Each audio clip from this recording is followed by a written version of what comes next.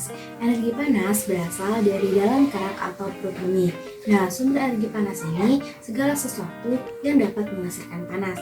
Sumber energi panas yang sering kita jumpai dalam kehidupan sehari-hari ada sumber energi panas dari matahari, sumber energi panas dari api, sumber energi panas dari listrik, sumber energi panas dari gesekan, dan sumber energi panas dari bumi. Ya teman-teman, saya akan menjelaskan yaitu perpindahan panas. Perpindahan panas terbagi menjadi 3, yaitu konduksi, konveksi, dan radiasi. Pertama saya akan menjelaskan apa itu konduksi. Konduksi adalah perpindahan panas melalui zat perantara, akan tetapi zat perantaranya tidak ikut pindah. Contohnya seperti sendok. Sendok ada kompor, kita hidupkan. Nah, api kompor adalah zat perantaranya. Nah, pada saat saya memanaskan sendok, nah, ujung sendok akan memanas. Panasnya akan berpindah dan mengenai tangan, akan terasa oleh tangan. Ini yang disebut dengan konduksi. Akan tetapi zat perantaranya tidak ikut, yaitu apinya tidak ikut berpindah. Nah, selanjutnya di sini kami akan menjelaskan tentang konveksi. Konveksi itu adalah proses perpindahan panas melalui zat penghantar yang disertai dengan bagian-bagian zat tersebut. Nah, di sini ada contohnya peristiwa mendidihnya air. Yang pertama, kita akan memanaskan, masukkan kertas ke dalam air tersebut. Nah, fungsinya adalah untuk mengetahui air tersebut sudah mendidih atau belum. Jika sudah mendidih, maka kertas tersebut akan naik ke atas. Nah, jadi ketika air yang terus-menerus mendidih, yang kertasnya sudah naik ke atas semua, berarti tandanya air telah mendidih.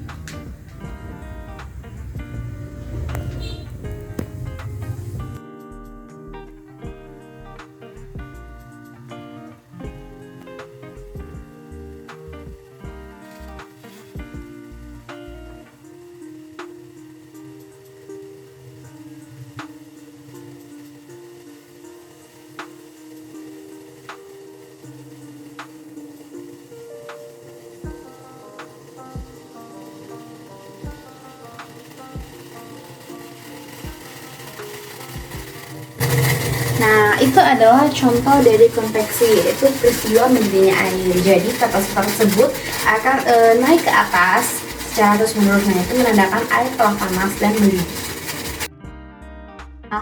Materi radiasi. Nah, radiasi ini sendiri adalah perpindahan panas dari media satu ke media lain dengan adanya perbedaan temperatur. Nah, tanpa memerlukan perantara. Contohnya itu sinar matahari yang ke tubuh kita. Contohnya, kita memakai baju hitam itu akan lebih panas dibandingkan kita memakai baju putih. Karena warna hitam itu lebih menyerap energi panas daripada warna putih. Selanjutnya yaitu manfaat dari energi panas. Ada beberapa manfaat dari energi panas. Yang pertama itu adalah fotosintesis, yang kedua untuk mengeringkan benda-benda, yang ketiga yaitu pembangkit listrik tenaga surya, yang keempat yaitu untuk memasak, yang kelima adalah untuk menghangatkan tubuh, yang keenam bisa digunakan untuk alat-alat elektronik, yang ketujuh ialah bisa digunakan untuk kebutuhan rumah tangga dan industri.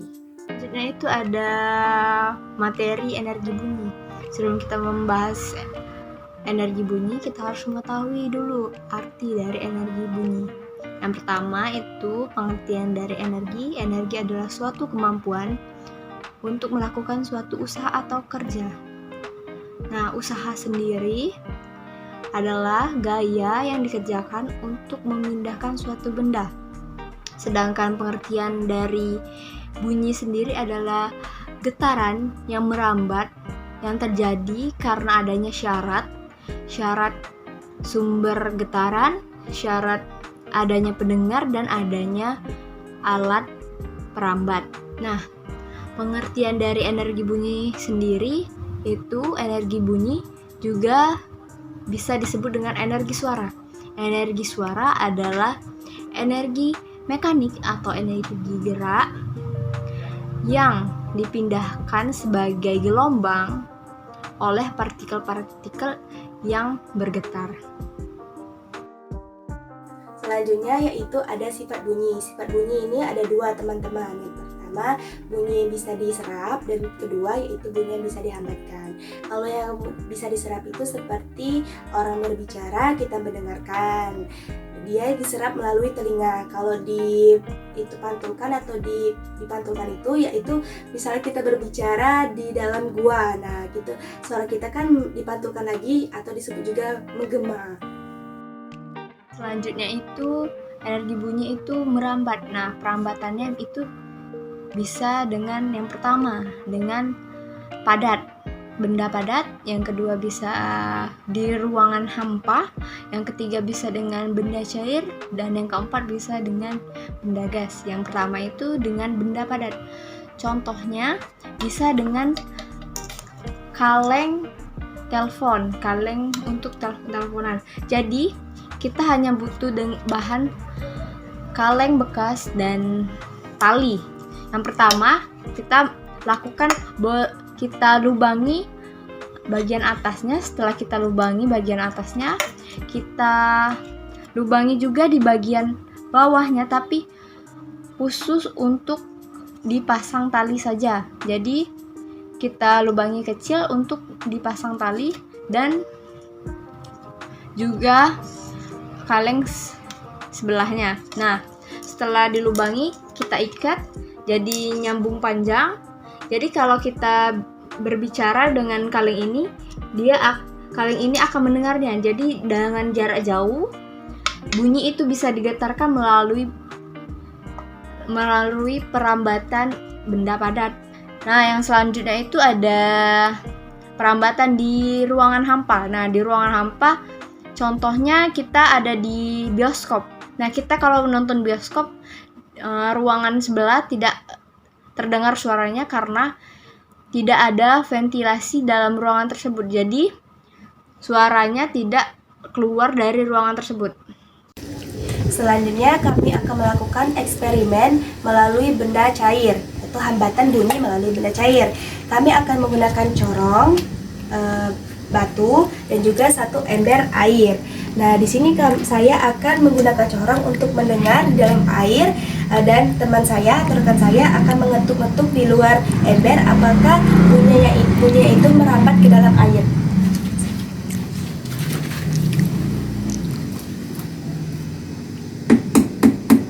Apakah terdengar suara batunya? Terdengar.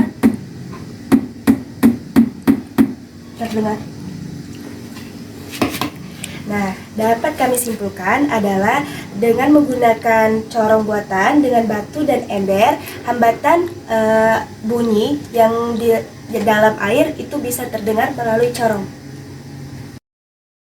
Selanjutnya teman-teman, di sini kami akan melakukan eksperimen yaitu hambatan bunyi melalui udara atau gas.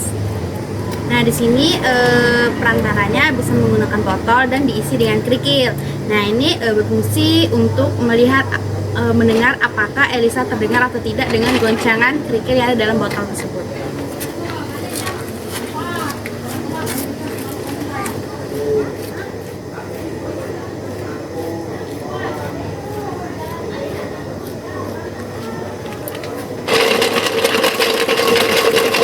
Apakah terdengar suara? Terdengar. Jadi terdengar jelas ya? Ya. Jadi teman-teman, dari eksperimen yang telah kami lakukan tadi, kami dapat menyimpulkan bahwa melalui botol kosong yang diisi oleh kerikil bisa menghantarkan bunyi melalui udara walaupun didengar dalam keadaan jauh. Nah, yang ketiga kami akan menjelaskan tentang energi listrik. Energi listrik adalah energi yang sumbernya berasal dari muatan listrik yang bergerak atau dari arus listrik. Nah, sumber energi listrik ini adalah segala sesuatu yang menghasilkan listrik yang berada di sekitar kita. Contohnya seperti kipas angin, televisi, kulkas, dan lain-lain sebagainya. Baiklah, selanjutnya teman-teman, yaitu saya akan menjelaskan rangkaian listrik. Rangkaian listrik terbagi menjadi 3, yaitu rangkaian seri, paralel, dan campuran. Di sini saya akan menjelaskan apa itu rangkaian seri. Rangkaian seri adalah rangkaian listrik yang disusun dalam bentuk rangkaian yang sejajar dan berderetan. Contohnya yaitu adalah senter.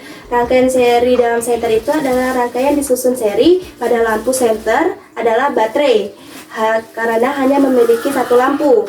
Nah, seperti ini. Lampu cahaya yang dikeluarkan dari senter sangat terang, akan tetapi baterai yang digunakan atau daya yang digunakan itu cepat habis. Nah, mengapa itu senter disebut rangkaian seri? Karena hanya memerlukan sedikitnya kabel. Yaitu ada rangkaian paralel. Rangkaian paralel sendiri adalah rangkaian listrik yang dihubungkan dengan cara sejajar untuk membentuk suatu rangkaian yang bercabang. Contohnya itu ada lampu lalu lintas. Jadi lampu merah, kuning, hijau itu bisa hidup dengan secara bergantian. Itu adalah contoh rangkaian paralel.